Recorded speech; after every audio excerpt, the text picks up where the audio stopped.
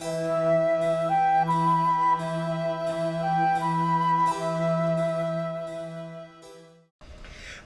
This is a brief update on natural spaces. It's a very interesting story. I did not make much progress, but let me just get started with natural spaces.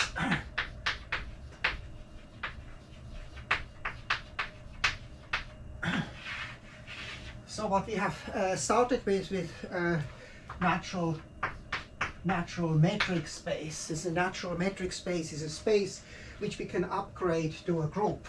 So we can upgrade it to a unique group, which doesn't have to be abelian. So, and each of the operations, each of the points should be then just a point in the group, and the multiplication to the left or to the right or the inverse operation should be isometries. And if we have such a metric group, and especially if we have a Haar measure, if we have a compact space, for example, we have a Haar measure, and then we have X, we have a natural sigma algebra, we have M, so we have a lot of structure. We have a metric space, we have a algebraic structure, we have a metric structure, we have a probability space. So this is a probability measure. So it's very starting from the metric space. If it's natural, we can get a probability space. And I last week I started also to think a little bit about if you have a graph, right? If you have just a finite simple graph, which finite simple graphs are natural. So these carry finite simple graphs naturally carry a metric, which is just a geodesic metric. So if this is x and this is y, so dxy is equal to 2. So it's the shortest distance between x and y. And then you can ask yourself which graphs are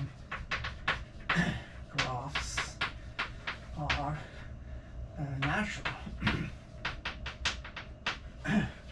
A little bit of update. There's no progress on the dyadic group.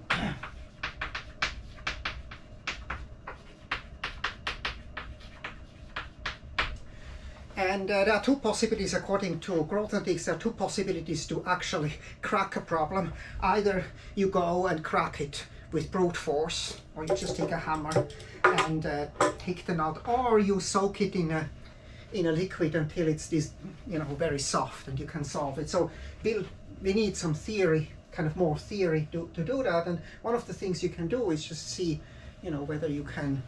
I will talk about this, what happens when you take a graph complement, for example, or what happens if you take the product of two graphs, or if you take the Cartesian product of two metric spaces. Do they stay natural? So that's about this, but there are many, specific also groups, which I don't know whether they're natural. A group is natural if it comes like this, if it appears like this from a natural metric space. So we have metric spaces, we have graphs, and we have groups. And these are even probability spaces. Space, you have actually a dynamical system. You have quite a bit of structure just coming from that, from one of these things. So it's very, very interesting. But one concrete example, which I don't know, is this is a small group with 8 elements. Is this natural? So that's just the group of quaternions when you have I squared is equal to j squared is equal to k squared is equal to ijk is equal to -1. And so we have 8 elements. It's usually drawn like that. Maybe we take 1 minus 1, I minus I, and then you have also j minus j, k minus k, and so you have 8 elements, and you have this you have the usual quaternion multiplication, and you can ask yourself, can you find a metric on 8-point space, so that this is the only group which is possible. So yeah, there's a lot of unsolved problems. But what I want to do is, in the next thing, I want to actually think a little bit more about time. And actually, this is my subject. So this is dynamical systems, is a theory of time.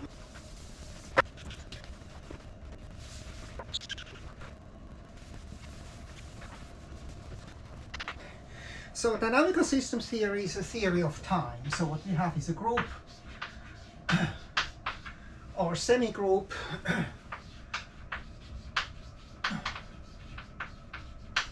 acting on space. This is a dynamical system.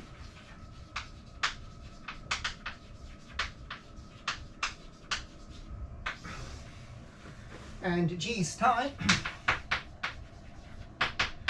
and X is space.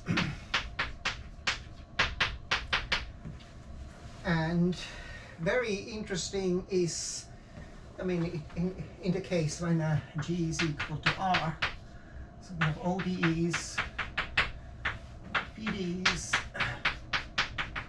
Sometimes it's actually G is equal to R plus, like for the heat equation, which we cannot go backwards. So if you cannot invert time, then we have a semi-group, and we have our monoid. And if G is equal to Z, so we have maps. And G is equal to N, and we have non-invertibility.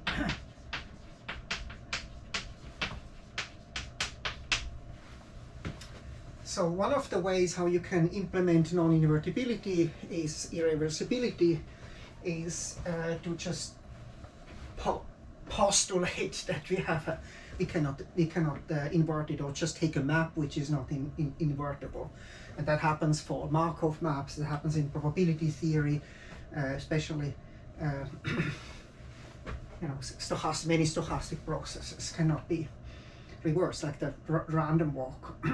So we have here a theory of time. What is the nature of time?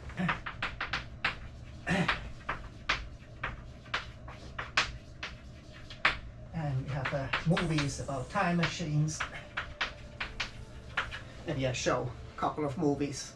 I think there are hundreds of which deal with time, and there are many books. I started also to collect books which deal with time, and so there are many thinkers who have thought about this. What I'm interested in, I mean, if you take R, that's the usual time you take, but if you quantize it, and so you take Z, so this is a discrete time, and what happens is, if you take this discrete time, this was natural metric group, it's a natural group. It's a natural group because it has a metric which makes it natural. This is not natural.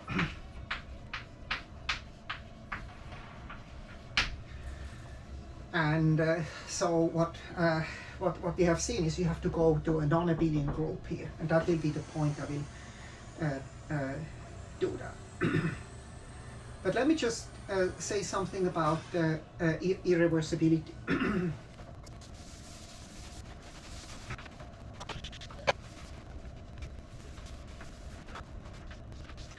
So obviously we have an arrow of time.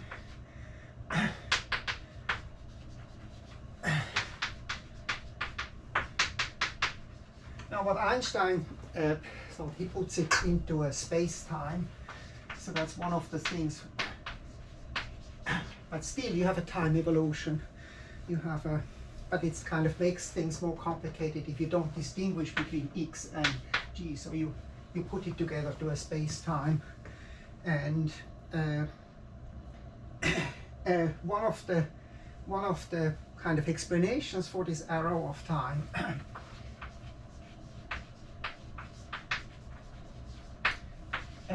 is a notion of entropy.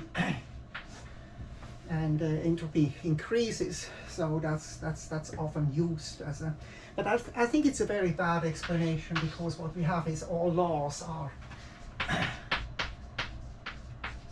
fundamental laws are reversible. And people have expressed this with nice words like Prigogine, who I saw in Texas. It was actually an experience. Prigogine was admired by many, and he's a Nobel Prize winner. And in Texas I went once to a seminar. Usually seminars are in crappy seminar rooms and with desks, etc. But that was a very decent. It was like a banquet with everybody was served tea, and it was an event like a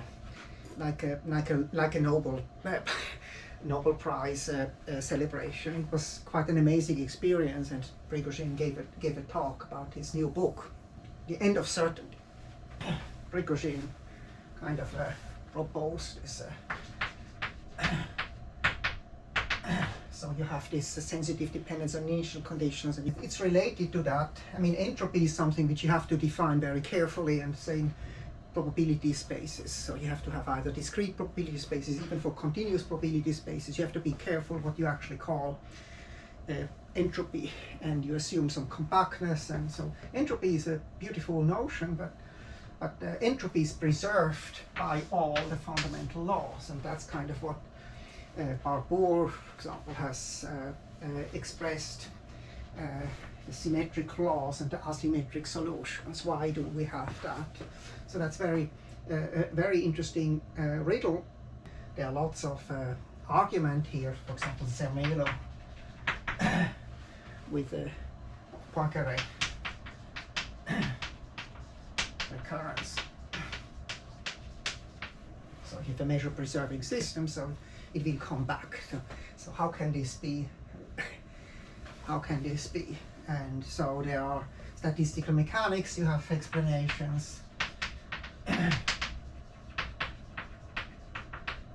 using sigma algebras. You kind of have some martingale theory. But fundamentally what happens is you have these laws are reversible. All fundamental laws we know are reversible. So there's a book of Thorne which shows that in principle it's possible that we can build time machines using kind of some exotic matter.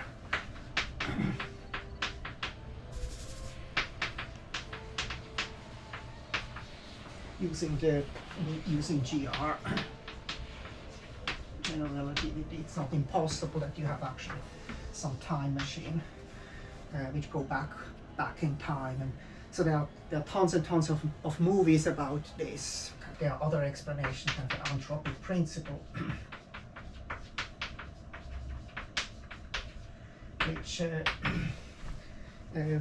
which, for example, this is Peirce. Benjamin Peirce has already expressed this kind of, this idea of an anthropic principle in Hawkins. And so the question is, or the explanation is, if there would be a kind of time machine, it would just destroy us because it would produce inconsistencies. Determinism. So there are all kind of different things which people have mulled about, but it's more kind of philosophy. Mathematician only needs paper, pencil, and a wastebasket, and the philosopher only needs paper and pencil. So that's the difference between mathematicians and philosophers. So it's not, for me, all these things is more kind of amusing. Also, most of the books which you have about time, there are some interesting things. Barbour has some interesting ideas, Rovelli has interesting ideas, Prigogine has interesting ideas, there are many, Hawkins has interesting ideas, so there are many interesting ideas here, but I think you have to kind of explain something new, or as a mathematician, you have to prove something. So this is the problem of irreversibility. I think it's an enigma which is as Barbour has just stated recently in a book, the Janus point.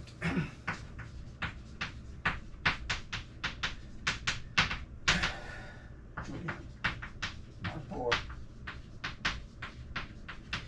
That this is a problem.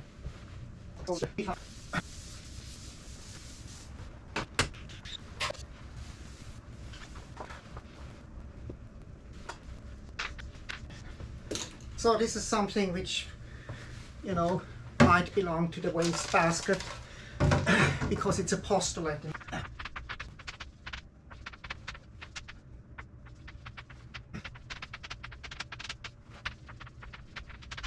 The justification is we have seen that in quantum calculus we need half integers.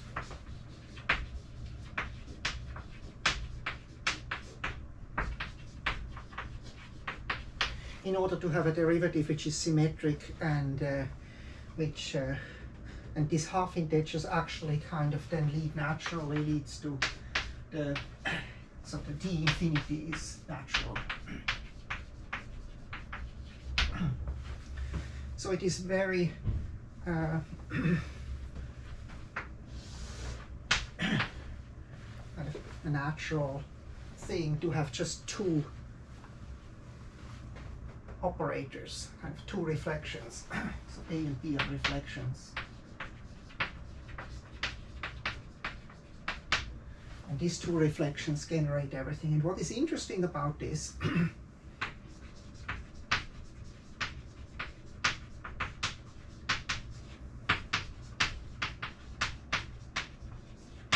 so it is natural. So the infinity comes from a metric alone.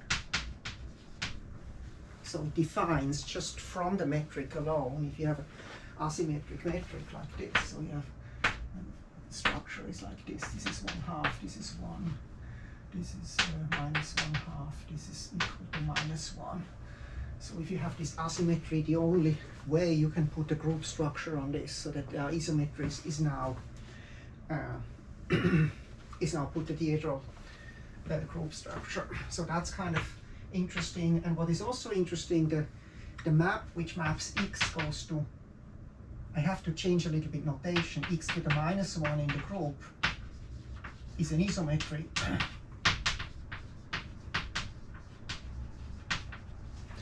Like what we have is this is the empty thing. This is A, this is AB, this is ABA, this is B, this is BA, this is B A B. So we can just use this operators. It's like d square, right? D square is equal to 0. D square is equal to 0. And in one dimension, what you have is the Laplacian is just dd star. While in higher dimensions there is actually, you know, so in this case you can only go in one direction. So there's an asymmetry. X goes to, so if you take -x, like here, 1/2 goes to -1/2, or 1 goes to -1 is symmetric, but 1/2 goes to -1/2 is not symmetric. This is not an isometric.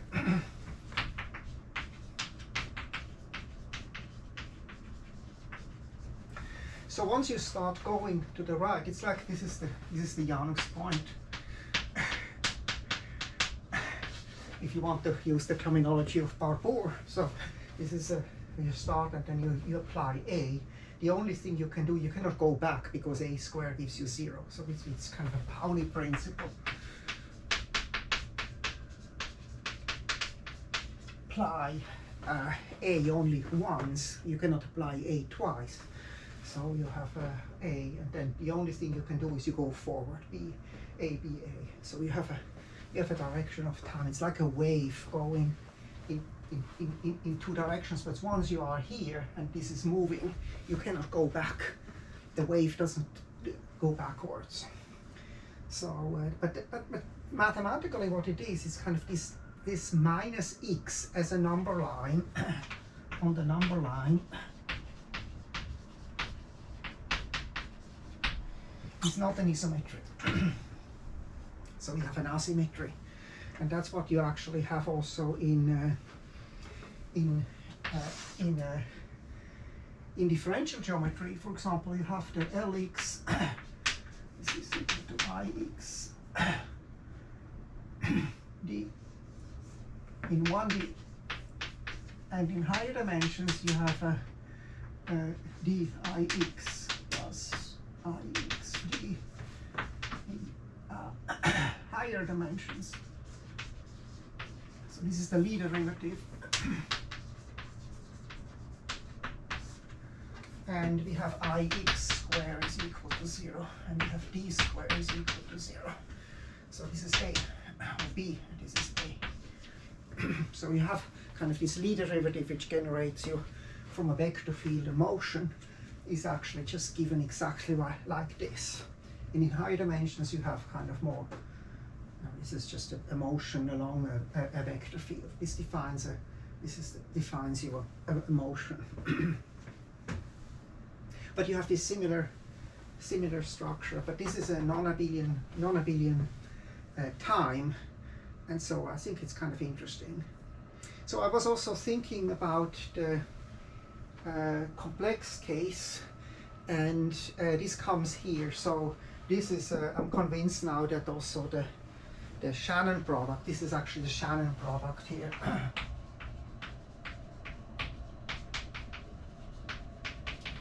The Shannon product of this dihedral one-dimensional time, then you get the complex time, and so you can do complex analysis, and that's actually how we got into all these things. So we want to have complex analysis. We have actually Taylor. I will maybe talk about this next time a little bit more about the Taylor theorem. We want to have the Cauchy integral theorem. All this theory we want to have, and we want to use this as a discrete complex space, and with this kind of picture, this becomes a natural thing. It's not just, there's a reason why we have to take these half integers. So that's the thing about dihedral time. Let me just say something about the last thing, something about natural graphs.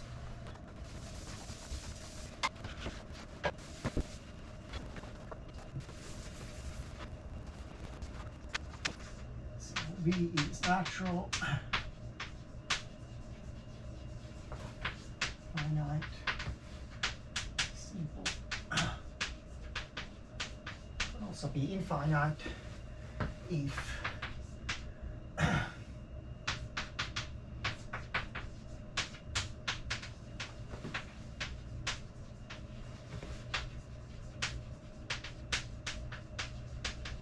so we have examples are natural and not natural. Non-natural. So we have seen natural is anything with a prime number of vertices. So this is, for example, 1, 2, 3, 4, 5, 6. This is 7.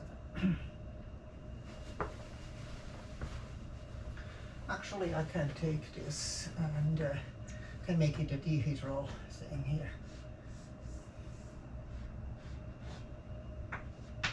So this is not natural if you just take this. 1, 2, 3, 4, 5, 6. So then we have here 1, 2, 3, 4, 5, 6, and then we have the dihedral. You make the dihedral symmetry, but you make it like that. And here. So this is a natural. So this leads to the D. Leads to the D6, which has 12 vertices. This is C7. As C6 is not natural. So there are different group structures here. There's Z6 and there's D3. So So these are two group structures which are possible. So this is non-natural. We have always natural is any graph with vertices is prime. It's natural.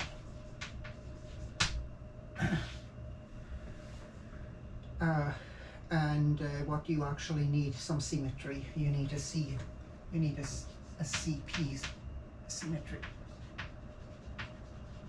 So examples are CP or KP, complete graph, cyclic graphs, and non-natural. Yeah, that's kind of example of non-natural. Also the Klein C4. This is already non-natural. While we have the D2 is natural.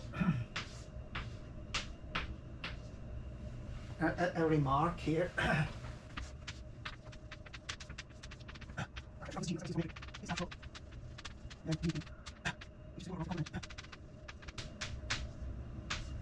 Is natural.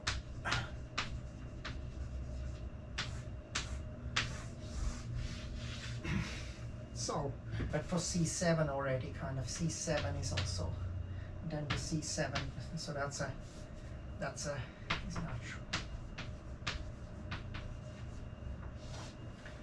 And I looked at such graph complements recently over the last winter, which is very interesting. These are always homotopic to spheres or wedge products. So that's one of the remarks. And another remark is that, which I'm actually just almost certain,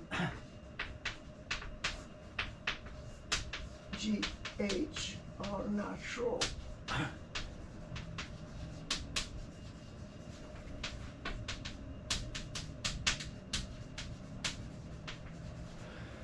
So that's how you can get the discrete, you can also look at finite versions, so you get the discrete torus here. If you take dn cross dn, you get the examples of natural graphs. So this is the Shannon product. Now you can worry here about that you have additional symmetry. So the symmetry is actually just a symmetry group of this times a symmetry group of this. But there is an additional symmetry here. In this case, you have this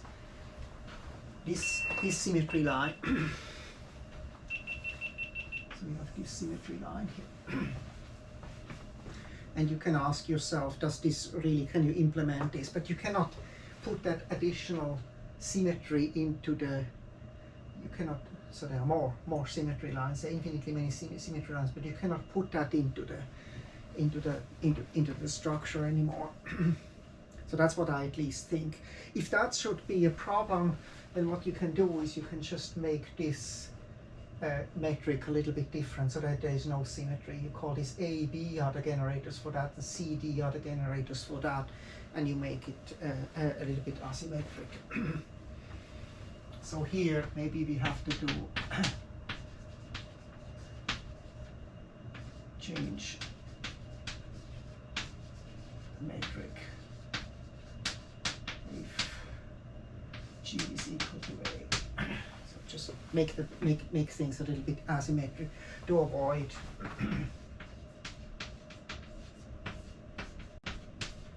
asymmetry. But I think it should also work without that modification. In any way, that's not what we disallow, right? But when we have a graph, we are allowed to change our graph. So that's just actually part of the proof here of the thing, that you have to eventually just to change the metric. You can just not take the product metric, the natural product metrics. But that's it for today.